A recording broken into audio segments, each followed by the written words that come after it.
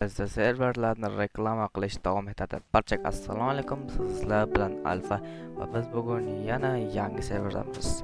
Bu server avvalgilarga qaraganda anchagina o'yini ko'p va qiziqarli server. U telefonda tashnovlar turibdi. Faqat boshqa o'yinchi shunday skin qo'ygan. Xullas, endi bu serverni sizlar bilan bo'lishaman. Mana hozir g'aroyib tarzda server nomi chiqib keladi. Minimaliya. Bu ham juda ham ajoyib qilib tuzilgan, qiziqarli tarzda o'yinlari ko'p bo'lgan server. Qaranglar, bu yerda menimcha 20 tadan ortiq o'yin, har bir o'yin ichida 50 tadan bor. Bu serverda sizlarga o'ynab ko'rishni maslahat beraman, chunki biz o'zimiz ham hozir bu serverda o'ynab ko'ramiz. Buni qaranglar, 20 tadan ko'p o'yin bor ekan. Va bu yerda duel ham bor ekan. Nima o'ynashimiz aniq bo'ldi. Biz duel o'ynaymiz. Duel menimcha bu avvalgi duelga o'xshamasa kerak. Yana bilmadim. Bu yerga o'yinchilarda ko'pligini qaranglar. Bu yerda o'yinlar bitta duelda o'zida bir 50 talar o'yin bor. Spear Nayza bilan o'ynasa ham bo'lar ekan. Bo'ldi, biz qaysi o'yinni tanlaymiz aniq. Biz Nayza bilan o'ynaymiz. Nayza ancha qiziqarli bo'lsa kerak. Bizning birinchi raqib mana shu narsani ancha qayta qilish xohlardim. 4-8 olmayapmanmi? Bir Nayzaga tekkizish bir qiyin bo'lyapti. Tegish kerak. Nimaga tegmaydi bu? Lekin Nayza aytaymi do'stlar, bir zo'r qurol ekan bu Nayza. Sizlarga ham sinab ko'rish maslahat beraman. Bu Nayza bilan elitda ekalasi juda ham zo'r mos tushadi bir-biriga. Ikkita do'stdek.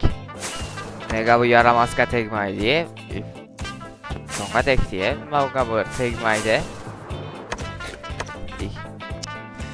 Yana menga bir narsa hayron qoldiryapti. Voy, odamni ham qo'rqitdim. Shunday ham qo'rqitadimi? Tegish kerak. Nimaga tegmayapti? Menga tegapti, bunga tegmayapti. Unga ham tegdi, va nihoyat. Qilib hozir o'ldirib qo'ymasin. Nima bo'lganda ham sasal qoch urishga 9 sepe bor ekan, bor yo'g'i joni. Yutdim va ana do'stlar, biz bu o'yinda yutdik, lekin menimcha video juda ham qisqa bo'lib qolganday tuyulyapti. Yana bir o'ynab ko'rsammikan shunga? Shuni ham yetarmikan.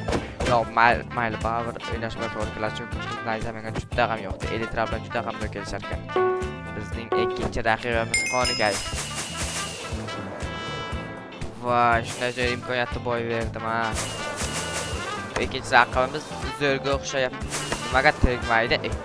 Pritsel to'g'ri boryapti, lekin tegmasdan o'tib ketyapti. Nimaga? Lekin